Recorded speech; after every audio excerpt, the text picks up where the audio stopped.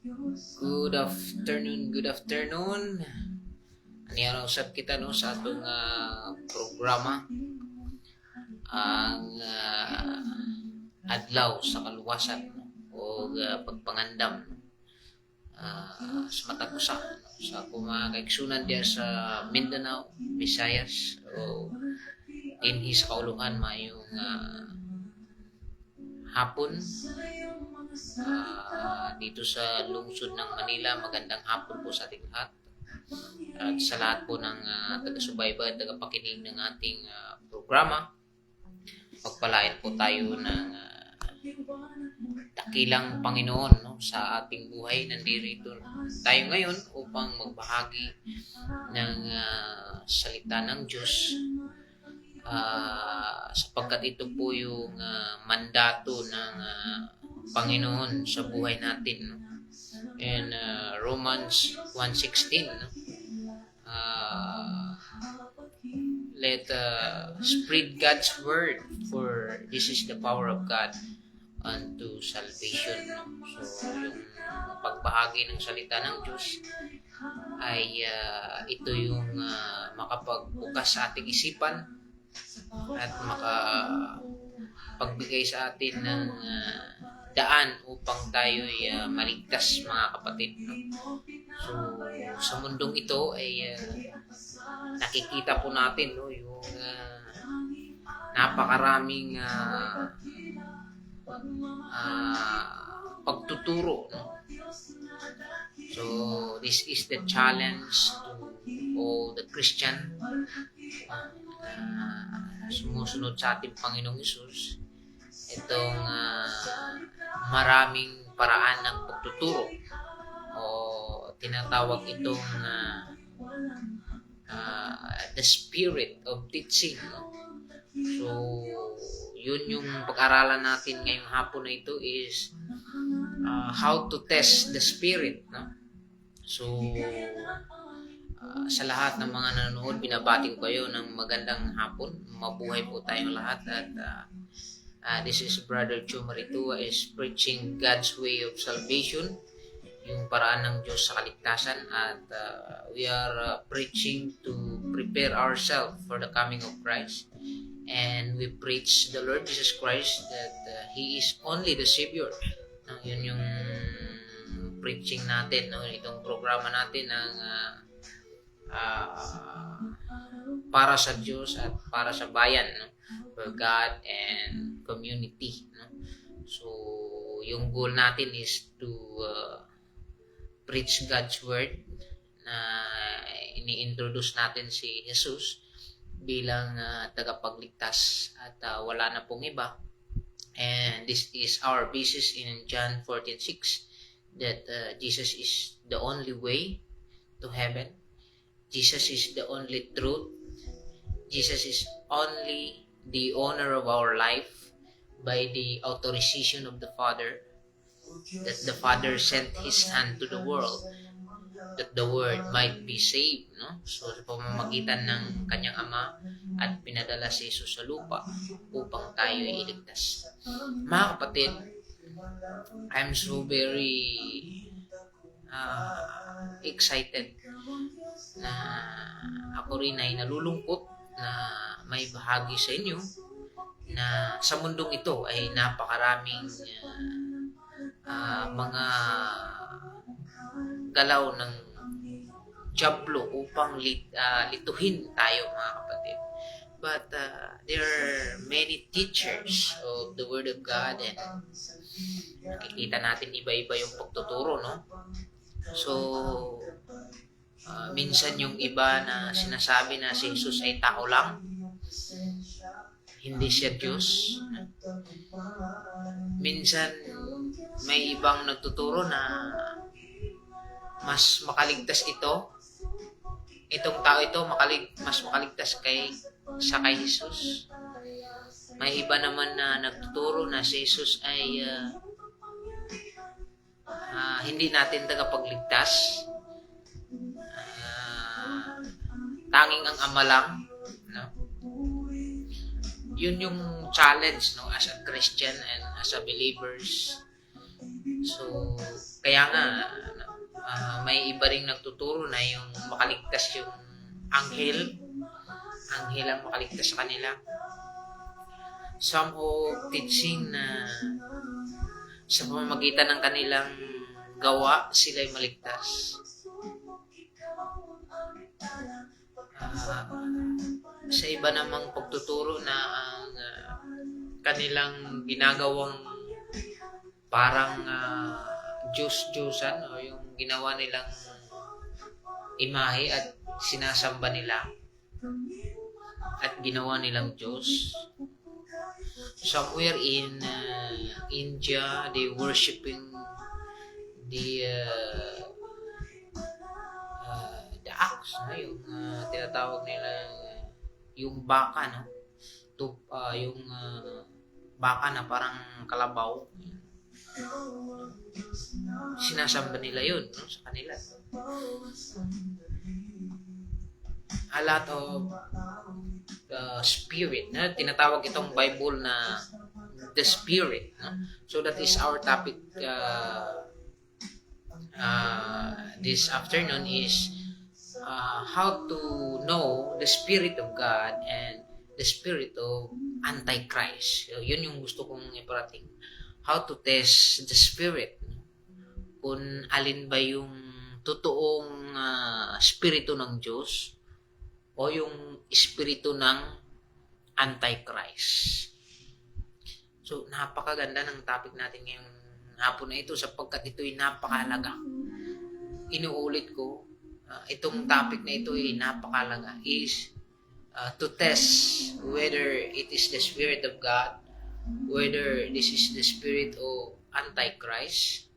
So, yun yung aalamin natin, no?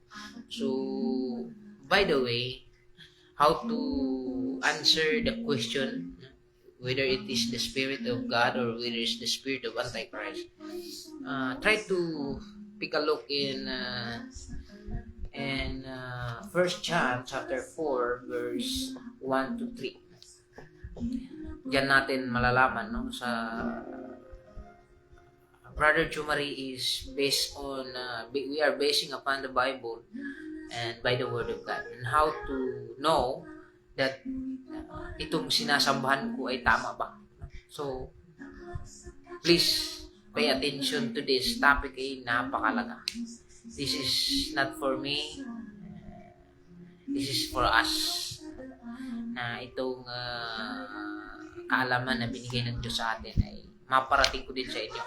How to know the Spirit of God and the Spirit of Antichrist. No? Tinatawag itong the testing of the Spirit. No? And 1 John chapter 4 verse 1 to 3. My beloved brethren, believe not every spirit, but test the spirit whether they are of God, because many false prophets have gone out onto the world. No? So, sabi dito na ito napakalaga mga kapatid. No? Kung paano natin malaman yung espiritu ng Diyos o yung espiritu ng Antichrist. Please, gusto kong iparating sa inyo itong kaalaman na ito. Na dito natin malalaman kung yung sinasamba natin ngayon at this present is Diyos ba? Espiritu ba ng Diyos o hindi? Dito natin malaman sa 1 John, kung mayroon kayong Bible, try to look upon 1 John chapter 4 verse 1 to 3. No? Sabi niya dito, my beloved brethren, believe not the spirit, but test the spirit whether they are of God, because many false prophets have gone out into the world. Nakita nyo? Napakaraming espiritu, no? I want to emphasize, ito'y pumatungkol sa mga mangangaral or mga churches na nasa mundo ngayon. No? Ito'y pumatungkol sa mga simbahan ngayon sa mundong ito. Because many false prophets have gone out into the world. No? Napakaraming mga huwad na propeta, huwad na mga ngaral, mga kaibigan. Napakaganda ng topic na ito. Now, when we talk about the false prophets, ito yung mga ngaral na napakadelikado, no? Sapagkat nililihis nila ang kaligtasan sa maling paraan, no? For example, he is preaching about the church, no? Sabi niya, itong church natin, ito yung makaligtas sa atin. No? Pumasok ka dito, maliligtas ka. No? So, yung church na yun, na siya raw ang makaligtas sa atin as mananampalataya, mali po yun. Sapagkat si Jesus lamang ang makaligtas sa atin. No? It is in John chapter 14 verse 6, no? Na He is the way, the truth, and the life. No man cometh to the Father except through me. So, test every spirit whether of God, because many false prophets have gone into the world. Napakaraming huwad na propeta. Yun nga yung pinag-usapan natin kanina, may mga ngaral or mga pastor, propeta, evangelist, bishop, apostol na ang kanilang pangangaral ay hindi pumatungkol kay Jesus. Iniiba nila yung kaligtasan, no? Hindi si Jesus ang makaligtas. Yung makaligtas sa atin is si yung anghel, the angel. Hindi si Jesus ang makaligtas sa atin, yung angel ang makaligtas sa atin. So yung church na yun, mga kapatid, yun, mali yun. That is the false prophet, no? All false teachers, false pastor, false evangelist, false preacher. Pag ganun, no? Pag sabihin niyang yung makaligtas sa atin is yung anghel, no? Angel cannot save us, no? Kaya nga in the book of Revelation, no, na when Apostle John worshiped the angel says to him, "Don't worship me because I am your fellow servant. Worship God alone." No? So yung angel, he refuses to worship, no? Ibig sabihin yung angel na yun ay sinabihan niya si John na huwag mo akong sambahin sapagkat ako'y tao lamang, ako'y kapwa mong tagasilbi sa dakilang Diyos. Sambahin mo ang Diyos. So, yung angel, hindi po makaligtas sa atin yan. Lalo na si Archangel, Gabriel, Michael. They are our guardian. Ito yung mga sinusugo ng dakilang Diyos upang iligtas tayo sa mga kapahamakan, no? But they cannot save us. The only name that can save us is the Lord Jesus Christ, based on the Bible in Acts chapter 4 verse 12, that neither is there salvation in any others, for there is no other name under heaven whereby we must be saved, only the Lord Jesus Christ. So yun nga mga kapatid, I'm challenging you because this topic is napakalaga. Kapag hindi po natin alam yung sinasamba natin, kung saan tayo sumasamba ngayon, baka we're going to hell pag nagkakamali tayo sa ating pagsamba. Now, patuloy natin, no? Believe not the spirit, but test the spirit whether they are of God, because many false prophets have gone into the world. So, dapat kilalanin daw natin kung ito bang sinasamba natin ngayon, kung saan tayo umaatin, ay totoo ba ang kanyang ipinangangaral, no? Huwag yung pasok ka lang ng pasok, hindi mo alam yung pinapasukan mo, ay ano na pala, you're going to hell or condemnation, no? So, 1 John chapter 4 verse 2, no? By this you know the Spirit of God, no? So dito daw malalaman natin yung Espiritu ng Diyos o tama po yung ating pinagsambahan ngayon kung saan tayo sumasamba. By this, you know the Spirit of God, every spirit that confesses that Jesus Christ has come in the flesh is of God, no? So dito doon natin malalaman na dito sa 1 John chapter 4 verse 2 kung ang pastor, kung ang evangelist, kung ang apostol ay nangangaral na si Jesus ay pumarito sa lupa na nagkatawang tao na pinadala ng Diyos Ama dito sa lupa upang tayo iligtas. Ito po yung tamang pagtuturo o ito po yung tamang simbahan, no? So dito malalaman natin no yung difference, no? By this, you know the Spirit of God, every spirit that confesses that Jesus Christ has come into the flesh is of God, no? So number 1, dito malalaman natin yung kung ano yung tamang simbahan. So sabi ng 1 John chapter 4 verse 2, kung ang simbahang ito ay namamahayag o nagtuturo na si Jesus ay pumarito sa mundo na nagkatawang tao upang tayo'y iligtas, ito po daw yung totoong simbahan. So, congratulations, no? Kung itong sinasambahan mo ngayon, kung saan ka man, na si Jesus daw ay nagkatawang tao upang tayo iligtas, yun po yung tamang church, tamang pastor na nagtuturo ng ganito.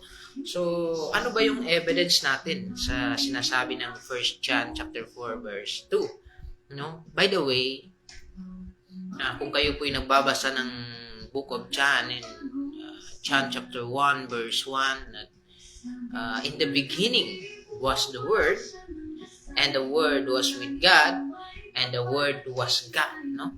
So, sa simula, ang salita ay Diyos at kasama ng salita ang Diyos at ang salita ay Diyos, no? So, yung salita ng Diyos ay Diyos, no? So,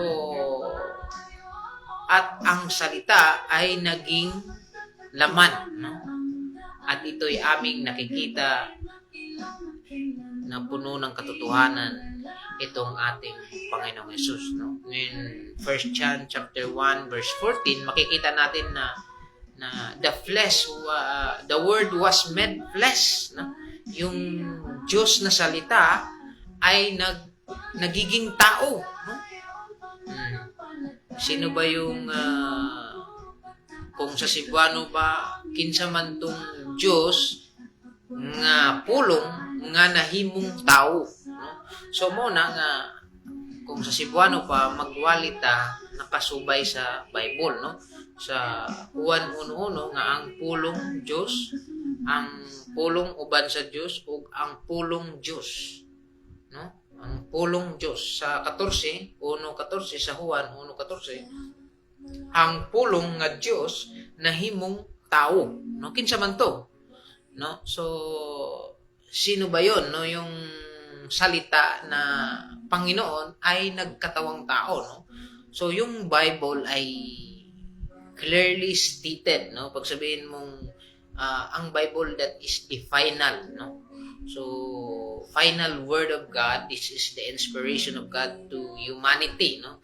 Na sinabi na in the beginning was the Word, and the Word was with God, and the Word was God, no? Ang salita ng Diyos ay Panginoon. Pagdating sa 14, in John 1:14, sabi niya, the Word was made flesh, no? So yung salita ng Diyos ay nagkatawang tao at aming nakikita ang katotohanan, no? And the Word was made flesh, and we beheld His glory, the glory, the only begotten Son of the Father, which is the Lord Jesus Christ, no? So itong si Jesus na salita ay nagkatawang tao through Mary, no? So ipinanganak kay Mary, no, pag tinitingnan yung story ng Book of Matthew chapter 1, 18 to 22, yun yung kapanganakan ni Jesus, no? Jesus was born in Bethlehem through Mary, no? Sabi nga ng anghel kay Jose, ipagpatuloy mo na maging asawa, no, or maging partner itong si Mary, sapagkat sa pamamagitan niya ay ipanganak yung anak ng Diyos sa pamamagitan ng banal na espiritu. So Mary ay nilalang ng banal na espiritu na sa pamamagitan niya maisilang ang anak ng Diyos, no? Pag sabihin mong anak ng Diyos, siya rin ay Diyos, no? He is God, no? So yung tao, pag nanganak ng tao, tao rin. Si Jesus, the Son of God, no? Sabi ng angel kay sabi ng angel kay Mary at kay Jose, call his name Jesus, no? Call his name Jesus. Ano ba yung pangalan ng Jesus? Because he will save the people of the world, the sinners, no? Dahil iligtas niya ang lahat ng makasalanan tao sa buong mundo. So, without Christ, hindi tayo maliligtas, no? Sapagkat ang amang Diyos, ay pinadala nga itong si Jesus through Mary, through the power of the Holy Spirit. Remember na itong ang salita na Diyos ay nagkatawang tao sa pamamagitan ni Jesus. So, yung goal ng Ama na pinadala si Jesus sa mundo na isilang kay Mary is to save the people of the world, no? Upang iligtas tayo, no? Sapagkat pag hindi gawin ng Diyos yun, na hindi siya magpadala ng manliligtas sa katauhan ni Jesus na kanyang kaisa-isang anak, the only begotten Son of the Father, no? Which is the Lord Jesus Christ, that was sent to the world to save the world, no? In John 3:17, for God not sent His Son to condemn the world, but the world through Him might be saved, no? So yun yung napakagandang ginawa ng Diyos. So napakahalaga ng pagtuturo, no, patungkol kay Jesus. Pagkat magkakamali tayo dito, kung i-reject natin si Jesus sa ating buhay, napakadelikado po. Sapagkat ito nga yung pinadala ng Diyos sa mundo upang tayo iligtas. Wala na pong iba. Now, if you doubt it, no, kapag ikaw ay nag-alinlangan kay Jesus, Jesus is teaching goodness and truth. Jesus is preaching love. You compare Jesus Christ to other prophet. Jesus is preaching humbleness. Jesus is preaching compassion. No? That is the story of the Lord Jesus Christ, mga kapatid. Sapagkat ito ngang si Jesus is the mediator between God and man. So, ito po yung, alam nyo, ano, sabi ng, if we reject Jesus Christ, sabi ng 2 Thessalonians 1:8 and 9, in flaming fire, no? Napakadelikado kapag i-reject natin si Jesus, no? In flaming fire, taking vengeance on them that know not God and obey not the gospel of the Lord Jesus Christ, who shall vanish with everlasting destruction from the presence of the Lord. Who shall vanish in flaming fire, no? Ibig sabihin, nagliliyab na apoy sa mga taong hindi sumusunod, no, sa ating Panginoong Jesus. Why? If you reject the salvation of God, you will going to condemnation. Hindi tayo maliligtas.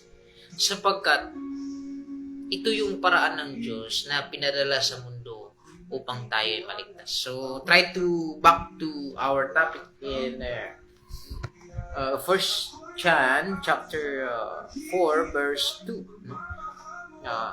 By this you know the Spirit of God. Every spirit that confesses that Jesus Christ has come into the flesh is of God. Yun na nga yung ano natin kanina, na ang totoong pangangaral, totoong pagtuturo na si Jesus nga ay nagkatawang tao through Mary, no, upang tayo'y iligtas.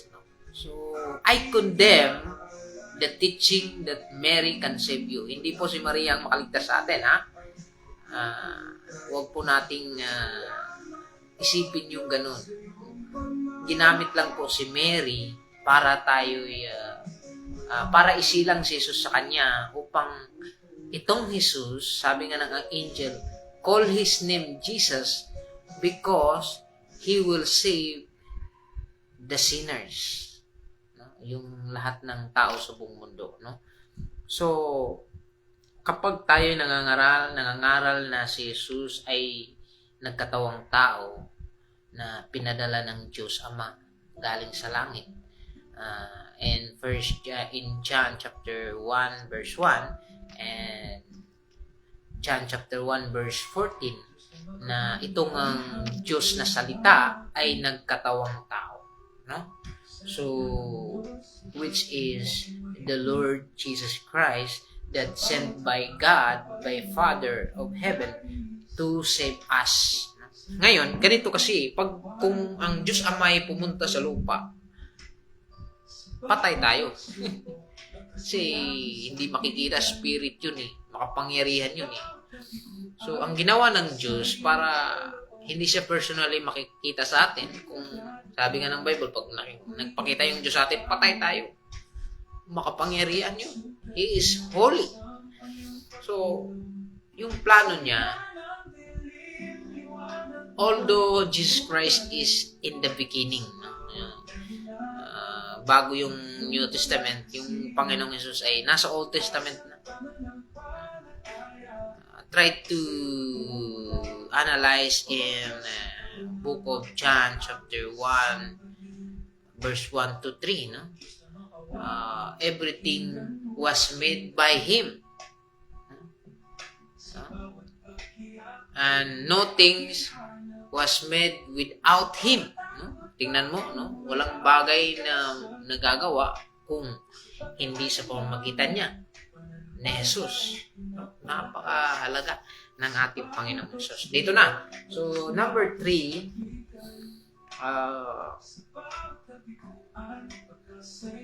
dito natin makikita yung spirit of Antichrist. And every spirit that does not confess that Jesus Christ has come in the flesh is not of God. This is that the spirit of Antichrist, about which you have heard that I would come, and even now it is already in the world. So mga kapatid, kapag ang pastor o preacher, kapag nangaral siya na si Jesus ay hindi siya pumarito sa mundong ito sa pamamagitan ng pagkatawang tao, no? Yun yung spirit of Antichrist. Lalo na pag hindi ka maniwala na si Jesus yung manliligtas mo, lalo na pag naniniwala ka na si Jesus yung hindi daan patungong kaligtasan, and you reject Jesus Christ. So, pag nireject mo si Jesus, yung pinadala ng Diyos upang tayo iligtas, ano pa ba yung kaligtasan mo? No? So, kapag ang mangangaral o preacher na nangangaral na si Jesus ay hindi pumarito sa mundo na nagkatawang tao, yun yung Sabi ng 1 John chapter 4 verse 13, verse 3. 1 John chapter 4 verse 3, and every spirit that does not confesses that Jesus Christ has come into the flesh is not of God. No, kapag ang nangangaral na si Jesus daw ay hindi nagkatawang tao sa pamamagitan ni Mary upang tayo'y iligtas. So yun yung mga spirit of Antichrist, about which you have heard that it would come, and even now it is already in the world. No? So yung spirit of Antichrist ay nandito na sa mundong ito. Yung spirit na, yung pastor na nagtuturo, apostol, bishop, ministro, na nagsabi na even you're a pope, o anumang klaseng mga ngaral, kapag sinabi niya na direct na lang kayo sa Ama. Hindi man si Jesus ang makaligtas sa atin, yung Ama man. No? Yung Ama ang makaligtas, hindi yung anak. Alam mo, walang pinagkaiba yung Ama at anak. Ngayon, may anak ako, sabihin ko na, Nak, puntahan mo doon. Ikaw nang bahala doon. Anak ko yun di ba? If you believe that Jesus is the Son of God, the Son of the Father is like a son. No? Kung Ama ay Diyos, siyempre yung anak Diyos din. And sabi ng book of Matthew chapter 28 verse 18 to 20, sabi ni Jesus, all power is given unto me in heaven and in earth. Go ye preach unto all the world, baptizing them in the name of the Father, the Son, and the Holy Spirit. And teaching them to observe all things, and lo, I am with you, even into the end of the world. No? So, all power is given to the Lord Jesus Christ in heaven and earth. Why? Because He is the Son of God. Siya yung anak ng Diyos na pinadala sa lupa upang tayo'y iligtas. So, ganun yung proseso na sabi ng Bible. Now, if you reject Christ, you reject your Savior. Paano ka maligtas niyan kung i-reject mo ang Panginoon sa buhay mo? Sabi ng Acts chapter 4 verse 12, if you believe the Bible, na wala nang ibang pinadala sa lupa upang tayo'y maligtas, kundi sa pamamagitan lamang ng ating Panginoong Hesus. So, yun yung spirit of Antichrist, mga kapatid. Kung ang simbahan na ito ay nagtuturo na yung angel ang makaligtas, mali po yun. That is the spirit of Antichrist. Or sa pamamagitan ng this church can save you. Itong simbahan na to, yun yung makaligtas sa inyo. Hindi si Jesus. So, or ito, dadaan ka kay para maligtas ka. Para maligtas ka, dadaan ka kay ganito. Sambahin mo itong ginawa ko sambahin mo itong ginawa ko para maligtas ka. So, yun yung mga spirit of Antichrist. Antichrist, ibig sabihin, they are against the Lord Jesus Christ. No? Antichrist. So, lahat ng mga nagsasabi na si Jesus ay hindi nila manliligtas, they are Antichrist. So itong mga ngaral na ito ay sinasabihan na tayo ng Panginoong Hesus na huwag tayong sumunod sa kanila. No? Sa mundong ito, alam ko naman na there is for Christ and there is for Antichrist. So alam nyo, napakahalaga na malaman natin. Kaya nga, I challenge everyone to read the Bible. Ako kasi hindi ako naniniwala yung mga pastor, bishop, apostol. Pag nangangaral sa akin, hindi ako naniniwala. Naniniwala ako kung galing sa Bible. Pag galing sa Bible, there is a basis in the Bible. Yun. Pero sa Bible, hindi po natin, din yan Pag yung sa Bible, mayroong mga nililihis nililihis nila yung topic na sila lang yung maliligtas. Wala po yun. Mali po yun. That is the spirit of Antichrist. So, mag-ingat po tayo sa mga ngaral. Akala po natin ay napaka-buti. Lalo na po yung mga nagsusuot ng napakaganda, napakagwapo. Akala mo ay totoo.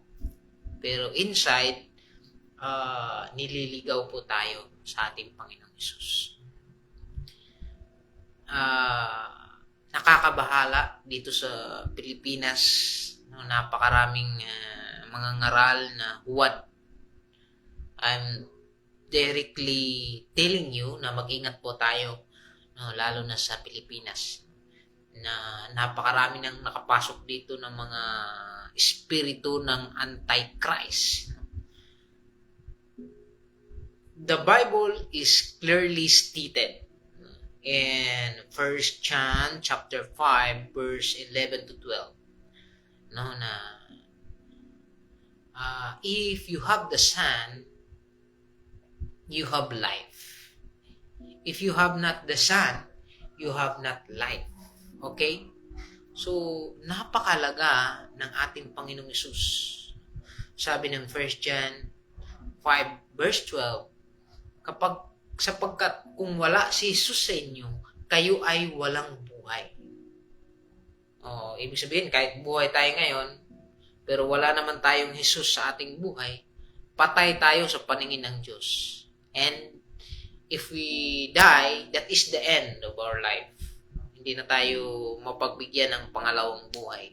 Sapagkat nga, si Jesus ay nagmamayari ng ating buhay. Now, if you reject Jesus Christ, who is the author of life, siya yung may-ari ng buhay natin. Now, in John 11:25 to 2:42, na Jesus Christ proved himself. He proved himself that He is the owner of our life.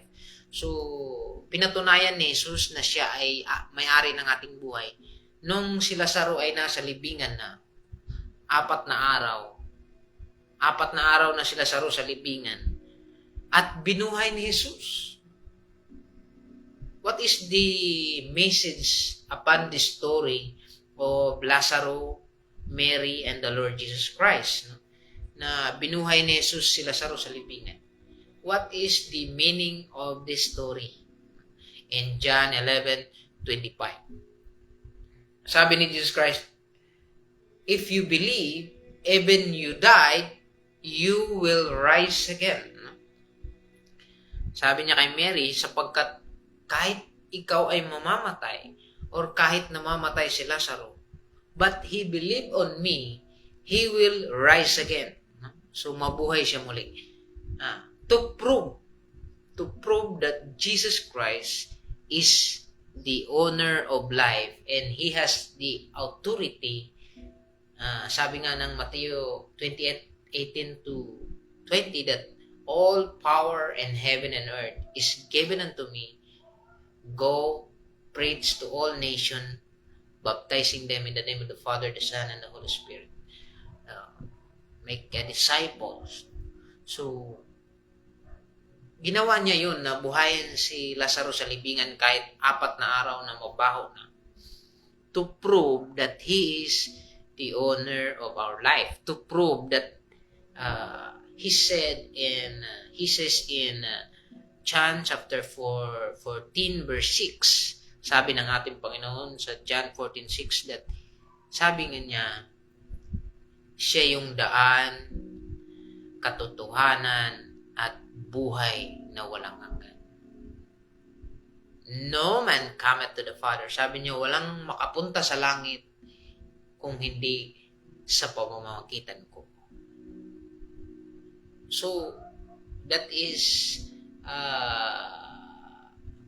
pointing to what He has said in John 14:6. So, mga kapatid, alam nyo pag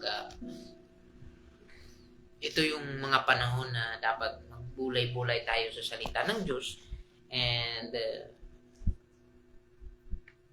sabi dito, believe not every spirit, but test the spirit whether are God.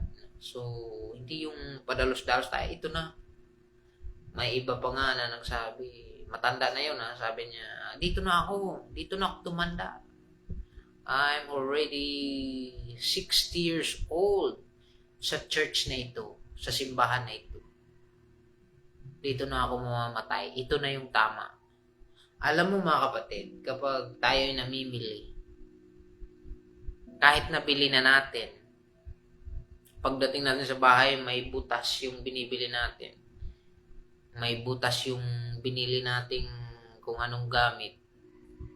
Pwede natin isauli yun. At bibili tayo ng bago. Ganon din sa ating pananampalataya. Sa tingin natin, napakatagal ko na dito sa simbahan na ito, mali pala. Mali pala yung pangangaral nila. Nireject nila si Jesus. Bakit nila nireject si Jesus na siya naman yung kaligtasan natin? Siya naman yung pinadala ng Ama dito sa lupa upang tayo iligtas. Bakit nila nireject? So ito, mali. Butas to ibalik ko. Maghanap ako ng bago. So ganun yung mindset.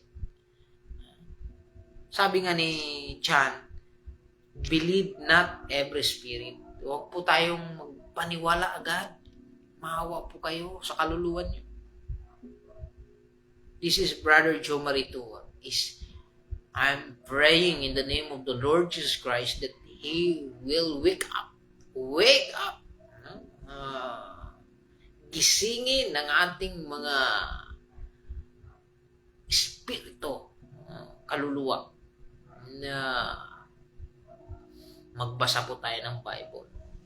Now, alam nyo, itong spiritual aspect ay napakalaga. For this is the end of our life. Ito yung huling buhay natin. Kapag hindi po natin ito pag-aralan o usisahin, padalos-dalos tayo kung saan tayo pumasok na simbahan, hindi mo alam, sa impyerno na pala ito patutungo. Lalo na kung ang simbahan na yun ay nireject nila si Jesus na tagapagligtas. Talagang mapahamak tayo. No? Alam nyo ba, sabi ng 1 John chapter 2 verse 22, who is a liar? No? Ito hindi sa akin to salita ni John to, yung napakalapit na apostol sa buhay ni Jesus, no?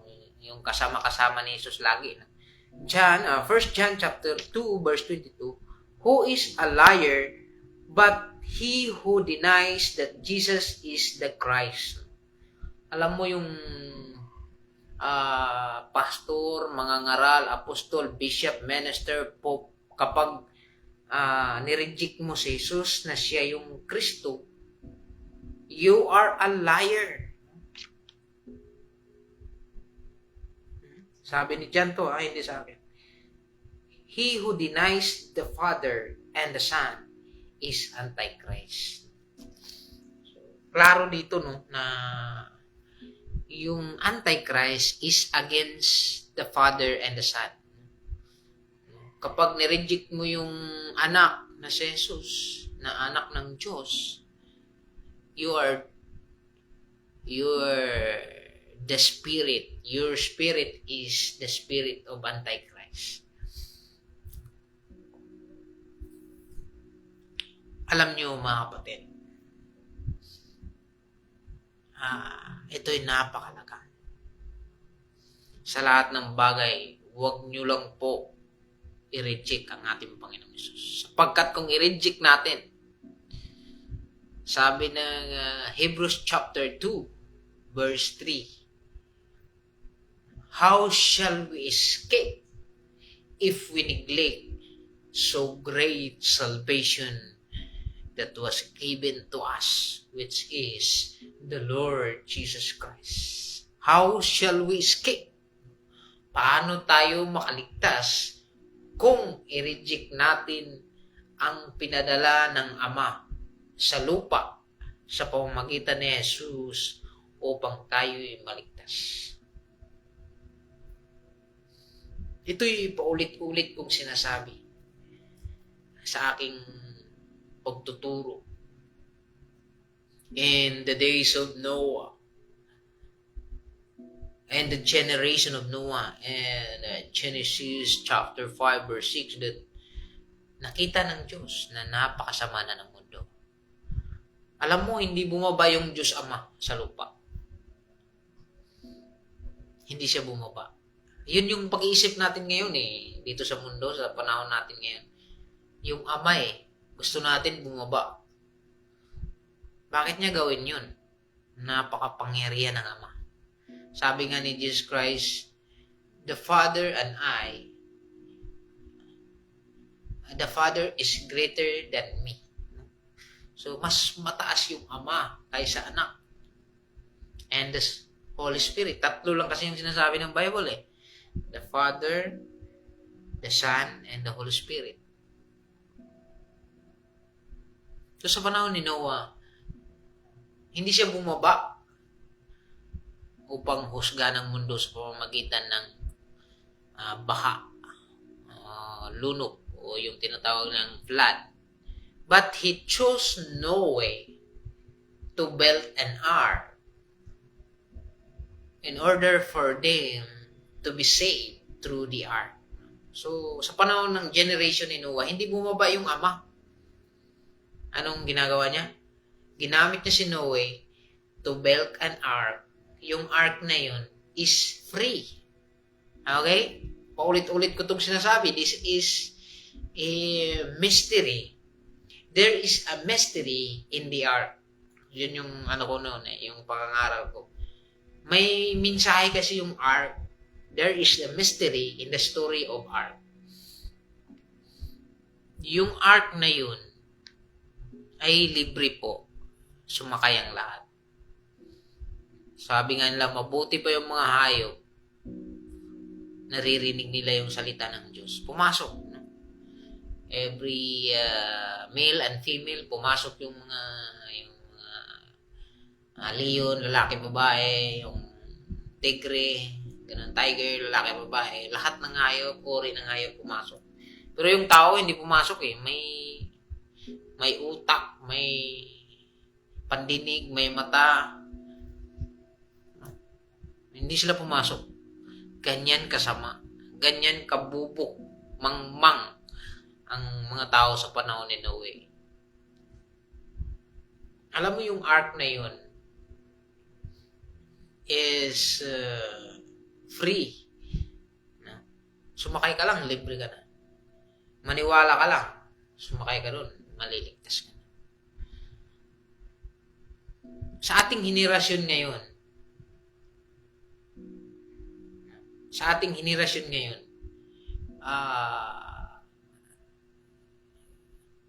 may pinadala ang dakilang Ama dito sa mundong ito to save us from hell. Sa panahon ni Noah, yung flood, pinadala yung arka. Libre yun sumakay ka lang.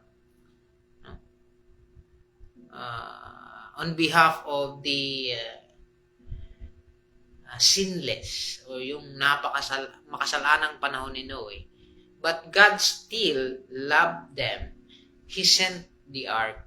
It is free. Sumakay ka lang sa arka, maniwala ka lang, sumakay ka doon, maliligtas ka.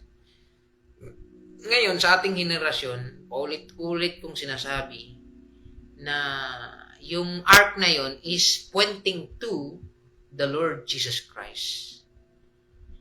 Yung ng Panginoon is hell, yung impyerno. Ayaw nyo maniwala ng impyerno, bumubuga nga yung bulkan ng mga asupre. So sa ilalim galing yun. So there is a fire under heaven, under earth. May impyerno talaga. Yung bulkan nga bumubuga ng asupre.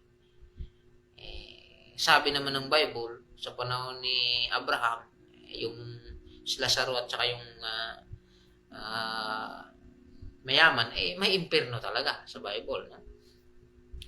So, Jesus Christ is the ark who was sent to the world to save us. Siya yung arka sa panahon ni Noe.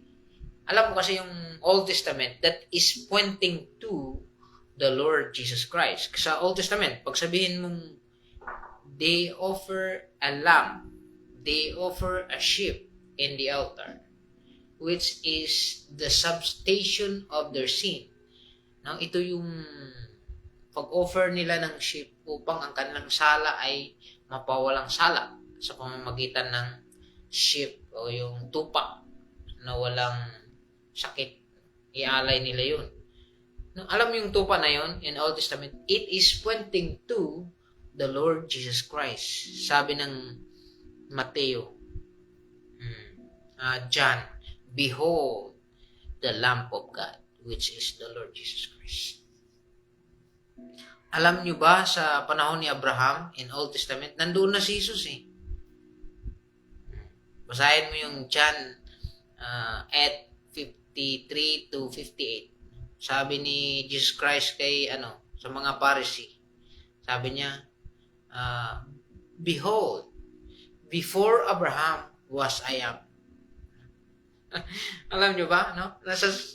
Sa Old Testament, nandoon na si Jesus eh. Gaya ng Genesis 1:27. Sabi ng Diyos Ama, let us make men in our likeness. So, let us. So, ibig sabihin, tatlo sila. Nandoon yung Ama, Espiritu at Anak. Let us make men in our likeness. So, marami sila. Tatlo. Nandoon yung Spirit eh. Pagkatapos niya nagsabi, sabi ng Panginoon, and the Spirit of the Lord was moved upon the water, upon the midst. No? Tatlo yun sila. And the Spirit was moved upon the midst. Napakaganda po. Alam mo, when you reject Jesus Christ, yun yung miserableng gagawin mo sa iyong buhay. Dito sa mundong ito, temporary eh. Temporary lang tayo dito. Lahat tayo mamamatay. Now, when you died, you're facing to the Creator. Haharap ka ngayon sa Ama o yung may likha sa atin. Ano ba yung maipagmalaki mo? Maipagmalaki mo, araw-araw naghahanap ka ng trabaho, araw-araw wala kang panahon sa Diyos, biyahe ka ng biyahe, kung ano man yung trabaho mo, lagi mo lang ginagawa, wala ka ng time sa naglikha sa'yo. Pag wala ka ng time sa harap ng Panginoon, sabi ng Panginoon, umalis ka dito sa aking harapan. So yun mga kapatid, so napakalaga. So my challenge is read the Bible. Huwag masyadong mapaniwala sa mga pumupunta sa inyo, mga ngaral na ganito. Except when He promote the Lord Jesus Christ, yun yung tamang mga ngaral o tagaturo. Ang kanyang pagtuturo, sabi ng 1 John chapter 4 verse 1 to 3, He is teaching that the Lord Jesus Christ was born in the flesh to save us. Yun yung tamang pangangaral na si Jesus ay nagkatawang tao, pinadala ng Ama upang tayo iligtas. Napakalaga. In the book of John, sabi niya doon na kapag nireject natin si Jesus, ano ba ang kapalit nito? The wrath of the Father is in us. So, if you reject the Lord Jesus Christ, the wrath of God is upon us. So, yung galit ng Diyos. No? Kaya nga yung 2 Thessalonians chapter 1 verse 8 to 9, in flaming fire to them that obey not God and obey not the gospel of the Lord Jesus Christ, who shall punish with ever destruction from the presence of the Lord. So may impyerno talaga para sa mga hindi kumilala sa Diyos at sa kanyang pinadala na si Jesus. Napakadelikado itong sinabi ng ating Panginoon.